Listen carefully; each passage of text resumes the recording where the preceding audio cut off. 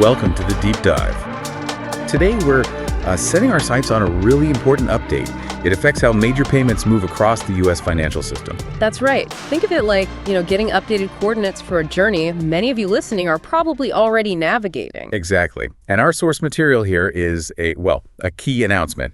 It's straight from Federal Reserve Financial Services. And it's all about the Fedwire Funds Service, which is, absolutely fundamental for those high-value critical payments. Right. And the big news, the core reason for this deep dive revolves around a major date change, a shift in the timeline for rolling out a crucial new messaging standard. So our mission today is to really unpack what the standard actually is, why the date moved based on what the Fed is saying, of course, and what it means for, everyone involved with Fedwire. And most importantly, what specific actions the source tells you, our listeners, that you need to take now to handle this new timeline.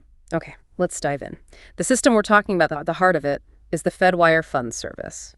The RTGS, the real-time gross settlement system, handles trillions daily. It's foundational financial plumbing, really. Absolutely foundational. And FRFS, as the source mentions, they've been working with the industry for, past several years, preparing for a pretty big modernization effort. Yeah, this isn't just minor tinkering. We're talking about moving to a whole new way of structuring those payment messages. Exactly right. The new format everyone's been gearing up for is ISO 2022. The announcement itself talks about ushering in a new future of wire payments. Which suggests, the potential here. Richer data, more structure. Compared to the old format, definitely. And that old format, the current one it's replacing, is the Fedwire Application Interface Manual, AFA 3.0.7 specifically. Right. So the big jump is from that FASTSAM format to ISO 2022. Okay, and this brings us to the core news, the reason for the announcement. What is it? It's straightforward. The implementation date for ISO 2022 for the Fedwire Funds Service, it's been rescheduled, officially moved. Yeah. Okay. Rescheduled. So what was the original target date everyone was aiming for? The date circled on calendars was March 10th, 2025. That was the goal. March 10th. And the new date, what does the update say? The new date is July 14th, 2025. July 14th. So that's what, a 4-month shift? Roughly 4 months, yeah. Which, for a project this complex, involving so many players, is pretty significant. It is. And what's the reason they gave? The official explanation for the delay? Well, the announcement attributes it to, and I'm quoting loosely here, careful consideration of industry requests and assessment of customer readiness. Customer readiness. They're quite direct, actually, saying it gives additional time to customers and vendors who are not ready for that original March date. So it sounds like feedback from the industry played a big role. They listened and decided more time was needed for some folks to catch up. That's certainly the implication. It really highlights just how tricky these wide-scale migrations are. Everyone needs to be aligned. Okay, so the switch to ISO 2022 isn't happening in March now. What format will Fedwire use in the meantime, between March 10th and the new July date? The announcement is very clear on this. Fedwire Funds Service will just stay on the current format, AFA-IM 3.0.7, until July 14th. So March 10th just becomes another business day operating on FANG? Essentially, yes. Business as usual with the current format on that date. No format change then. Got it. And is there a final decision point built into this new timeline, like a confirmation that July 14th is definitely happening? Yes, there is. FRFS stated they'll announce a final go or no-go decision for that July 14th implementation date. Okay, when will they make that call? No later than June 27th. So there's still an evaluation period, a final check before the rescheduled go live. Right, that makes sense. So given this 4-month delay, and the reason being readiness, what are the absolute must-do actions FRFS is telling people? The source lists several take-action points. Okay, first things first, communication. They emphasize sharing this information internally, right away, especially with your operational and technical teams, the ones really, knee-deep in this migration work. Makes sense. Get everyone on the same page internally. What else? And if you use external partners like software vendors or processors, you need to tell them too. Pass this information along. They're a critical part of the chain. Absolutely. Vendors need this info just as much. Then, crucially, the announcement urges an urgent review of your entire wire ecosystem. Entire ecosystem, so broader than just the direct Fedwire connection. Exactly. Look at everything. Internal systems, any third-party services, all the processes that handle wire payments. It's about ensuring that whole chain end-to-end is ready. And ready for two things now, right? Yes, that's a key point.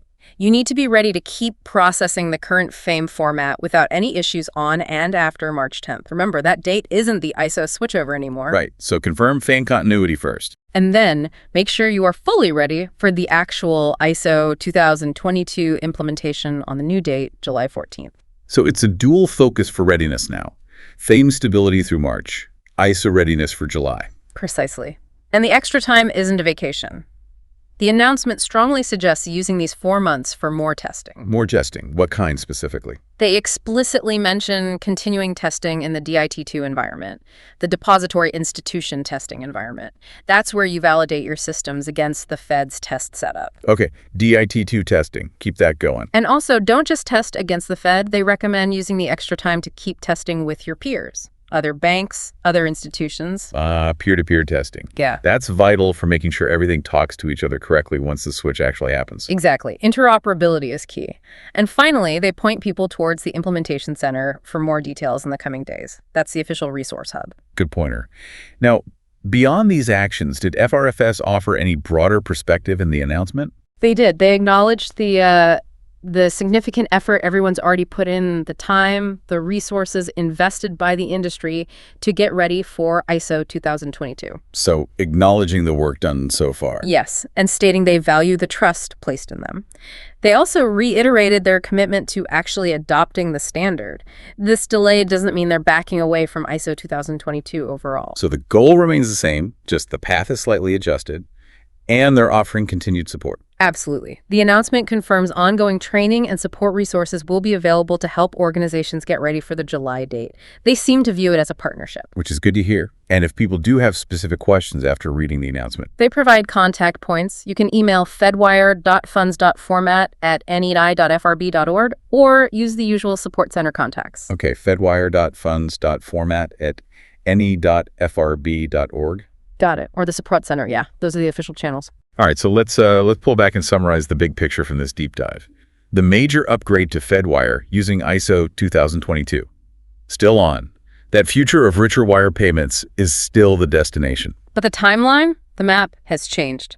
The March 10th, 2025 date is off the table for implementation. The new target is July 14th, 2025. And that delay is specifically to give institutions and vendors more time to ensure they're fully ready. Right. And for anyone listening who operates in this space, the action items we discussed are critical. Communicate the new date, review your entire setup, make sure FAME keeps working smoothly past March, and use this extra time wisely. Use it for that DIT2 testing, for the peer-to-peer testing. Really nail down readiness for ISO 2022 by July 14th. It really does underscore just how complex these huge infrastructure shifts are. It takes immense coordination. It does. Yeah. And that leaves us with a final thought for you, the listener, to chew on. How does this kind of reschedule, this adjustment in a major tech migration for critical infrastructure, show that constant balancing act, the push for progress versus the practical need to make sure everyone in the chain is actually ready to take this step together? Yeah, it's that tension between advancing the technology and ensuring the whole ecosystem can keep pace without breaking. Something to think about.